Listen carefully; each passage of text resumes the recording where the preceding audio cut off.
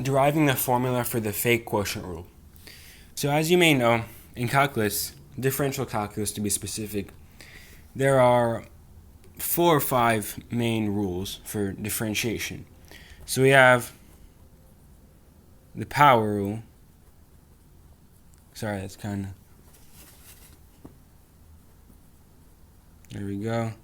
We have the power rule, which states that the derivative of x to the n is n times x to the n minus 1. We have the product rule, a little bit more complicated. The derivative of two functions f and g multiplied together is the derivative of f times g plus f times the derivative of g. And then we have the quotient rule,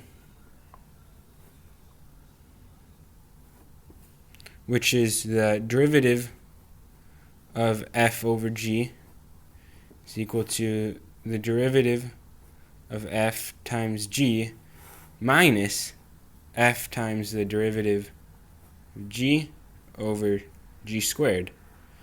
And then we have the chain rule,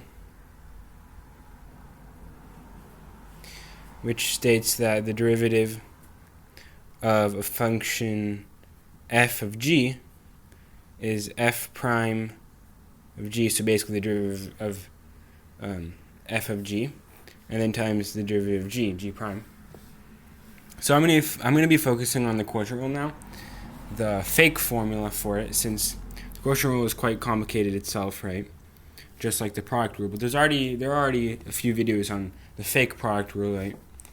So that means the derivative of f times g equals the derivative f times the derivative of g. Life would be much easier if this were true, but in general this is not true. There are some cases and stuff, but yeah, I'm going to do the same thing just for the quotient rule. So basically find like formula for this. Derivative of f over g equals the derivative, let's see, or actually I'll write it like this. This is a bit easier. F over g prime equals f prime over g prime. It's a little bit easier, but yeah, basically the same thing except for division. So yeah, let's start. We have what I just said, f. Here I'm going to use a different tool. I use green. We have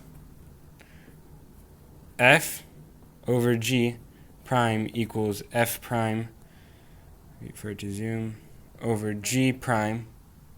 So we have f prime g minus g prime f over g squared equals, same thing, f prime over g prime. And then we have, we're going to do some multiplication, f prime g minus g prime f times g prime equals basically f prime g squared, right? Multiply these two basically. And then we have, what do we have now? We have g f prime over g prime minus, here, yeah, actually here, I'm going to divide this by g prime. So we have, hold on 1 second, yeah, we have this f prime g instead, actually, f prime g minus g prime f over g prime equals g squared f prime over g prime, right, division. So we get, alright, over here, let's see, we get g f prime over g prime minus f equals g squared f prime over g prime And then from this we have gf prime over g prime, or minus g squared f prime over g prime, right, we're adding that, equals f. And then we have gf prime minus g squared f prime equals fg prime. And then we have g prime, g prime equals f prime g minus f prime g squared over f from this, right? Division. And then we have this is equal to, you can simplify this, f prime g times 1 minus g over f. And then, here, I'm going to erase this.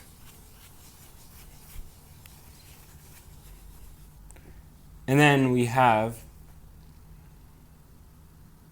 okay, so we have that, and then we can say, so we have g prime equals f prime g by 1 minus g over f, and then we have f g prime equals f prime g by 1 minus g. We're almost there. We get f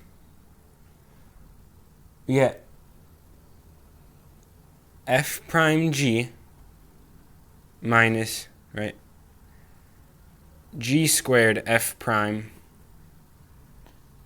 equals fg,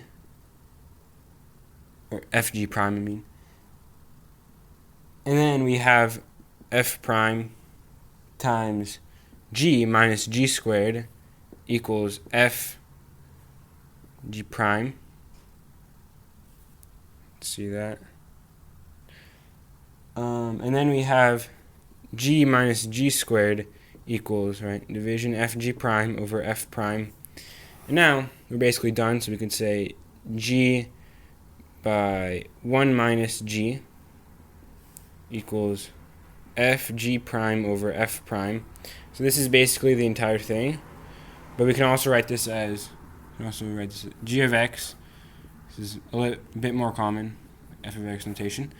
G of x by 1 minus g of x equals f of x times g prime of x over f prime of x.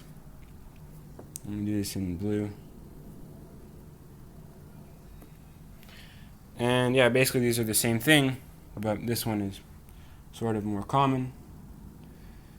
And yeah, so basically if you want to find the entire the values for which this sort of formula or the relation works, f over g prime equals f prime over g prime, you just choose a function g of x and you sort of plug in g of x, do g prime of x, the derivative, and then you have to solve the value for f of x, and yeah.